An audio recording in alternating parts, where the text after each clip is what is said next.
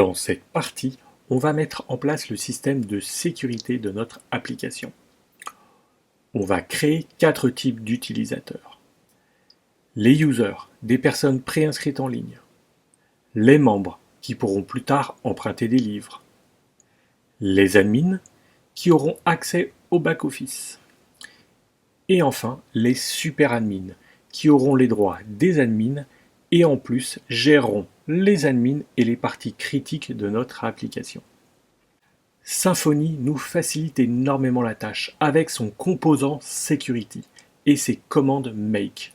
On va générer l'entité User, le formulaire de login, et on va sécuriser nos contrôleurs et notre menu Twig pour que chaque utilisateur ne voit et ne puisse accéder qu'à ce qu'il a accès. Allez, on commence. La première chose à faire, c'est créer notre entité User. Pour ça, Symfony nous met à disposition une commande dédiée. Dans mon conteneur PHP, je tape la commande php bin console make user et je valide avec entrée. Symfony va nous poser quelques questions. Le nom de la classe, on laisse user par défaut, on valide. La deuxième, est-ce que l'entité est stockée en base de données? On va répondre yes, donc je valide. La troisième, quel champ utiliser comme identifiant unique? On choisit l'email, qui est par défaut, donc j'ai juste à valider. La quatrième, est-ce que Symfony doit hacher le mot de passe? On répond oui.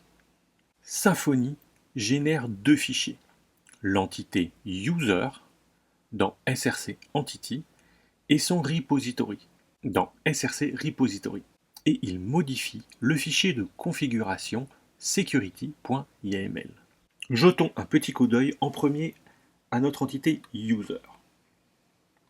On voit que notre entité implémente le user interface et le password authenticated user interface.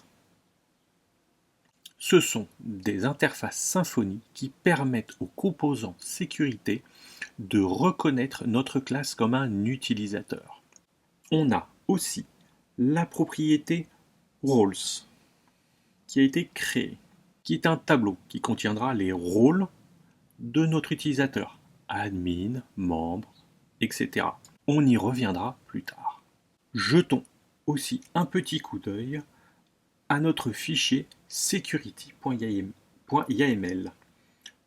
Donc dans config package security.yml. Nous avons la partie provider. Il indique à Symfony comment charger un utilisateur depuis la base de données. Ici, via la propriété email. C'est ce qui permet à Symfony de retrouver l'utilisateur lors de la connexion. Nous reviendrons également sur ce fichier car nous aurons besoin de le modifier plus tard. Maintenant, on crée la migration et on met à jour la base de données. On l'a déjà vu, php bin console make migration et je valide. Symfony nous a créé notre fichier de migration. Je vais appliquer les migrations. Donc, php bin console doctrine migrations migrate et je valide. Êtes-vous sûr? Oui. Symfony et Doctrine ont mis à jour notre base de données. Je me rends sur ma base de données avec Adminer, je rafraîchis et j'ai une table User qui a été créée avec son ID, email, rôle et password. Maintenant qu'on a notre entité User, parlons des rôles. Les rôles dans Symfony permettent de définir ce qu'un utilisateur a le droit de faire dans l'application. C'est le système de permission. Chaque utilisateur connecté possède un ou plusieurs rôles qui déterminent les pages auxquelles il a accès et les actions qu'il peut effectuer. Dans Symfony, les rôles sont des chaînes de caractères. ils sont préfixés par role underscore. C'est une convention obligatoire. Dans notre application, on va avoir 4 rôles. Le premier, le rôle user. Il va être pour les préinscriptions sur le site en ligne. Le rôle member, validé par un administrateur. Ils pourront emprunter des livres. Le rôle admin, pour administrer le site, les membres et les users. Et enfin, le dernier rôle, le rôle super admin. Lui, il héritera du rôle admin, il pourra faire tout ce qu'il fait, et il devra en plus gérer les admins et les parties critiques de notre application. Alors, une chose importante à savoir, le rôle user est attribué automatiquement par Symfony à tout utilisateur connecté, même si le tableau de rôle est vide en base de données. Regardons comment c'est généré dans notre entité. Vous voyez la méthode getRole. Symfony injecte automatiquement le rôle user, peu importe ce qu'il se passe en base.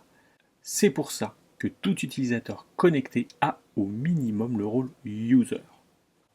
On va configurer la hiérarchie des rôles dans notre security.yml. C'est ce qui permet de dire que notre rôle superadmin va hériter du rôle admin. Ils pourront faire tout ce que fait un admin, plus les droits supplémentaires liés à leur rôle. Donc, je me rends dans le Security YAML et entre la clé Provider et Firewall, je vais rajouter une nouvelle clé. Rôle, hiérarchie, 2 points. Et là, je vais définir ma hiérarchie. Donc le rôle super admin, 2 points, héritera du rôle admin. Si un rôle hérite de plusieurs rôles, on peut passer un tableau avec les différents rôles à hériter. Dans notre bibliothèque, on fait le choix de séparer clairement les admins des membres. On ne souhaite pas que les admins héritent du rôle membre. Un bibliothécaire gère l'application. Il n'a pas besoin d'accès aux fonctionnalités d'emprunt. Comme les rôles sont stockés dans un tableau, on pourra donner également le rôle membre à un admin s'il le souhaite pour emprunter des livres. On peut ainsi cumuler des rôles avec des droits distincts. C'est particulièrement utile sur une grosse application où les permissions sont plus complexes. Maintenant qu'on a notre entité user et nos rôles configurés, on va mettre en place le système de login-logout. Symfony nous fournit là encore une commande qui va générer tout ce dont on a besoin. Et depuis Symfony 7, on va privilégier la commande make security. Alors je me rends dans mon conteneur PHP et je tape la commande PHP bin console make security form-login et je valide. Symfony va nous poser quelques questions. La première, le nom du contrôleur. On laisse par défaut Security Controller. Je valide. La deuxième, voulez-vous une route de logout? On répond oui. C'est par défaut, yes, je valide. La troisième, est-ce qu'on veut les tests unitaires? Pour le moment, on n'en veut pas. On valide non. Symfony génère 3 choses. Il crée le Security Controller. Il crée également le template login.html.twig. Et enfin, il modifie automatiquement le Security YAML. Et regardons justement ce qui a changé dans le Security YAML. on va voir plusieurs choses. La première, le form login. C'est la configuration du formulaire de login. À l'intérieur, il a défini le login pass et le check pass. Eux pointent vers la route app login. C'est le nom de la route pour afficher le formulaire et où Symfony vérifie les identifiants.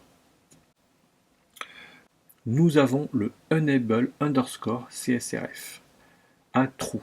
Lui, il active la protection CSRF pour le formulaire de login. Ensuite, nous avons le logout. Et à l'intérieur, nous avons le pass sur app logout. C'est la route qui déclenche la déconnexion. Nous allons ajouter deux clés indispensables pour contrôler la navigation de nos utilisateurs. La première, c'est le default target pass dans la partie form login. Donc en dessous du CSRF, je vais rajouter une clé. Donc default _ target _ pass. 2 points. Et là, je vais mettre le nom de notre home. app _ home. Cette clé définit la route vers laquelle Symfony redirige l'utilisateur après une connexion réussie. Alors sachez que si on ne met pas cette clé, Symfony nous redirigera par défaut vers la racine du site, /. Dans notre cas précis, ce n'est pas bloquant, car notre page d'accueil est justement définie sur /. Mais dans certains projets professionnels, on veut souvent rediriger l'utilisateur vers un tableau de bord, son profil ou une page spécifique. C'est pour ça qu'il est fortement recommandé de définir explicitement cette clé dès le départ. La deuxième clé que nous allons ajouter se situe dans le logout. Et elle s'appelle target. Elle est déjà là et commentée. C'est le même principe, elle indique à Symfony où renvoyer l'internaute une fois qu'il a cliqué sur déconnexion. Donc nous allons décommenter cette ligne et nous allons mettre notre route home pour qu'il soit redirigé vers notre page d'accueil proprement. Jetons un petit coup d'œil au Security Controller généré. Donc je vais dans les contrôleurs et je vais cliquer sur le Security Controller. Ici, il y a deux choses à voir. La première, la méthode login. Elle va dans un premier temps récupérer la dernière erreur de login et le dernier email saisi. GetLastUsername, c'est un nom un peu trompeur. Dans notre cas, c'est bien l'email qui est retourné. Symfony utilise le terme générique username car l'identifiant peut être n'importe quel champ selon l'application. Nous, on l'a défini sur email. C'est juste une convention de nommage interne à Symfony. La deuxième méthode à voir, c'est la méthode logout. Elle ne fait rien. Elle lève juste une exception. Symfony intercepte cette route avant même qu'elle soit exécutée et gère la déconnexion tout seul. On n'a jamais besoin de mettre de code ici. Nous allons à présent regarder le template login généré par Symfony. Donc, dans les templates security, nous avons login.html.twig. Le template est déjà fonctionnel. Symfony a généré un formulaire propre avec les champs email et mot de passe. On peut le personnaliser à notre guise, mais il fonctionne tel quel. Rendons-nous sur le site et tapons l'adresse /login. Notre formulaire s'affiche. Il nous manque quelque chose pour le tester. Allons créer notre premier utilisateur. On a notre système de login en place, mais on n'a aucun utilisateur en base. On va créer notre premier utilisateur, notre super admin, directement depuis Adminer. Je me rends dans Adminer et je suis bien sur la table User. Et je vais faire nouvel élément. On va rentrer l'email. Je vais mettre super admin example.com. En second, le tableau des rôles. Donc là, je vais mettre le rôle underscore super underscore admin. Et je referme le tableau. En dernier, on doit ajouter le mot de passe. Et pour hacher le mot de passe, Symfony nous fournit une commande. Dans mon conteneur PHP, je vais taper la commande PHP console security h-password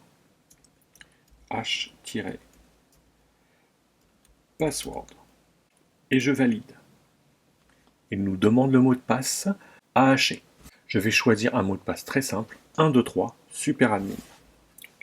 1, 2, 3, super admin. Et je valide.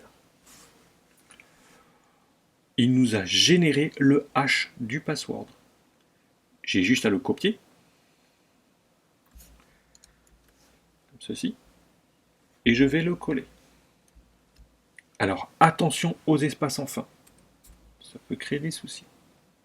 J'ai plus qu'à enregistrer. Mon premier utilisateur a été créé.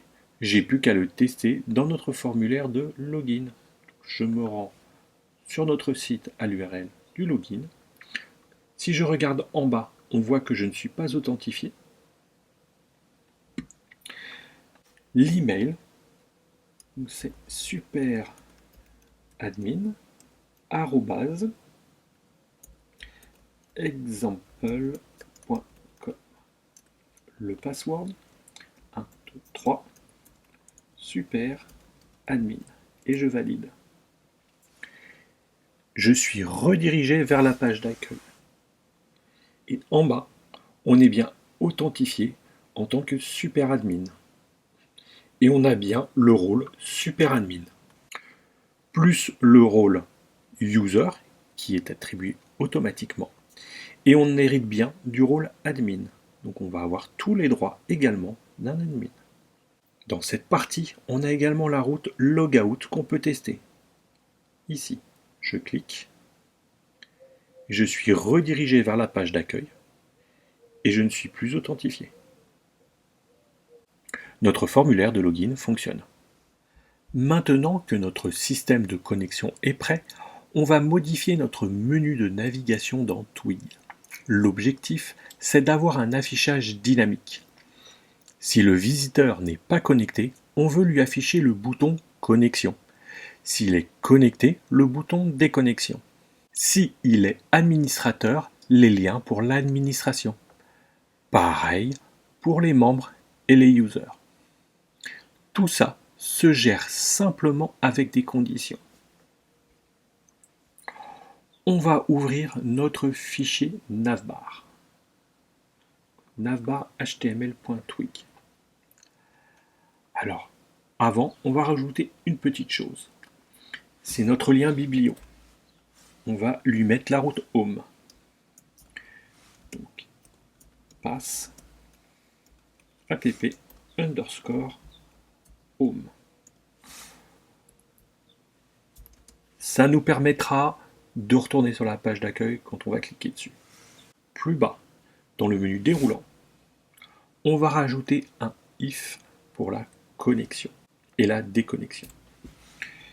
Je fais un if twig et à l'intérieur, je vais utiliser la fonction is granted. Cette fonction permet de vérifier des rôles, mais également d'autres petites choses, comme par exemple si on est authentifié, donc si on est connecté. C'est ce qui nous intéresse ici. Être authentifié.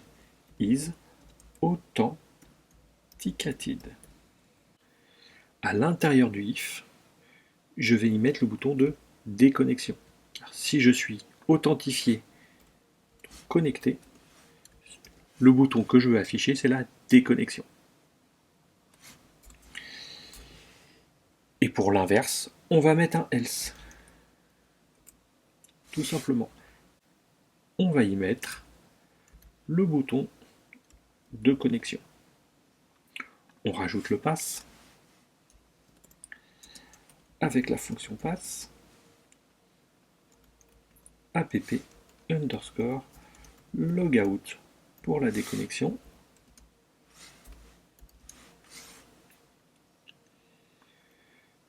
On va copier, on va coller pour aller plus vite. Et ce sera le nom de la route login pour la connexion. Pour afficher les informations, il faudra au minimum être un user. Donc je refais un if en Twig et on va utiliser la même fonction. Is granted. Et à l'intérieur, je vais mettre le rôle que je souhaite vérifier. Rôle underscore user. À l'intérieur du if, je vais mettre le lien vers les informations de son compte.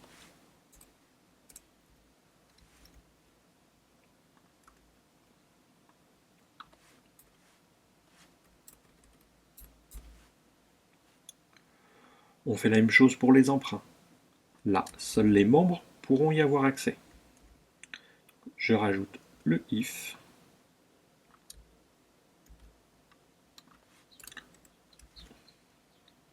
Et ce coup-ci, le rôle, ce sera member.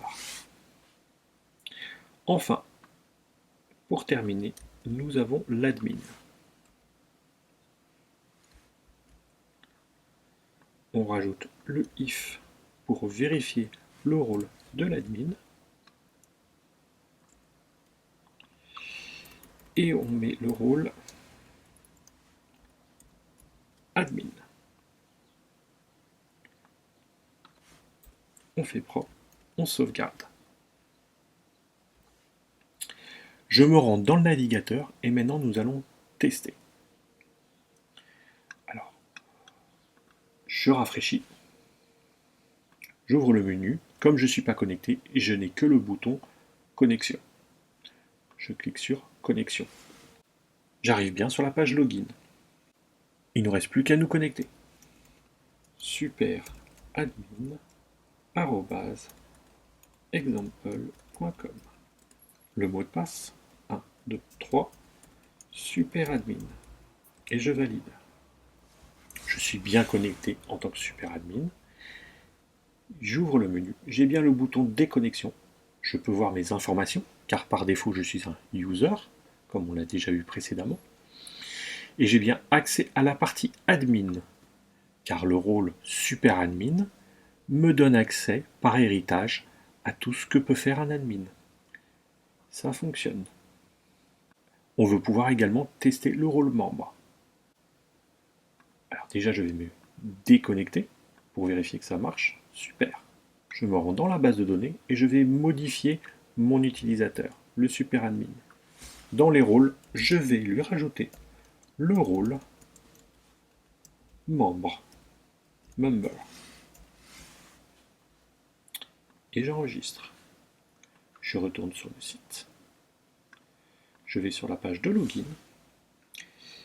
Et c'est parti. Je me connecte avec superadmin@example.com. Mot de passe 1, 2, 3, superadmin. Et je valide. Je suis connecté. Et ce coup-ci, quand j'ouvre le menu, j'ai bien les emprunts. Si je clique sur les catégories, j'ai bien accès aux catégories. Alors je crois qu'on n'a pas le lien vers les livres, on va l'ajouter. Dans Book, je vais rajouter le pass, le chemin, et c'est app underscore admin underscore book underscore index. Si je ne me trompe pas, je sauvegarde, je rafraîchis, je teste, je clique et j'accède bien à l'administration des livres. Comme on vient de le voir, il est très facile dans Twig de vérifier les rôles et de faire un affichage dynamique en fonction de chaque personne connectée. Maintenant qu'on a notre système d'authentification en place et caché les routes, on va sécuriser nos contrôleurs. On veut que seul un admin puisse accéder au back-office de l'admin catégorie contrôleur et l'admin book contrôleur. Symfony nous offre deux façons de faire. Soit dans le Security YAML avec l'Access Control, soit directement dans le contrôleur avec l'attribut isGranted. On va voir les deux. On ouvre le security.yaml et si je descends, on voit la clé Access Control. Il y a déjà commenté un accès pour les routes admin. On va le décommenter. Pass, c'est pour une regex. Ça va être la règle. Toutes les routes qui commencent par admin devront correspondre au rôle admin, qui est marqué juste après. On sauvegarde. C'est pratique pour sécuriser des sections entières en une ligne, mais ça manque un peu de précision. On va tester. Je me rends sur le site. Actuellement, je suis connecté en tant qu'admin. Si je rafraîchis la page, j'ai toujours accès à Admin Book. Maintenant, je vais me déconnecter. Et je vais tenter d'accéder à Admin Book. Admin/book. Et je valide. On n'y a pas accès. Symfony nous a automatiquement redirigé vers la page de login. C'est pratique pour sécuriser des sections entières en une ligne, mais ça manque de précision. On sécurise toutes les actions d'un coup sans distinction. On va recommencer cette partie et je sauvegarde. La deuxième option, c'est directement dans les contrôleurs avec l'attribut PHP isGranted. C'est la façon la plus précise et la plus lisible. La sécurité est au plus près du code. Alors, on va ouvrir le book controller. Ici de l'admin. Je me rends tout en haut. Et au-dessus de la route, je vais rajouter l'attribut isGranted. Et on pense à l'importer. À l'intérieur, on va mettre le rôle autorisé pour toutes les routes du contrôleur. Nous, c'est le rôle admin. Et on n'a plus qu'à tester. Je me rends dans le navigateur. Si j'essaye d'atteindre l'admin book, admin/book, je valide. Je suis automatiquement redirigé vers login. Maintenant, je vais m'identifier. Super admin @example.com, le password 123 super admin, je valide et là je peux y accéder. Alors, Symfony a enregistré avant de me rediriger sur login que je voulais accéder à cette page. Comme je me suis identifié et que j'ai l'accès, il m'a redirigé directement sur cette page. Seules les personnes ayant le rôle admin peuvent accéder à cette page. Et nous avons le rôle super admin qui hérite du rôle admin. Nous avons les droits. Alors maintenant, que se passe-t-il si j'essaye d'accéder à une page non autorisée alors que je suis connecté? Je vais d'abord me déconnecter. Je me rends dans Adminer. Je vais modifier mon user. Je lui retire le rôle super admin. Et j'enregistre. Je retourne sur le site. Et j'essaie de me connecter. Super admin @example.com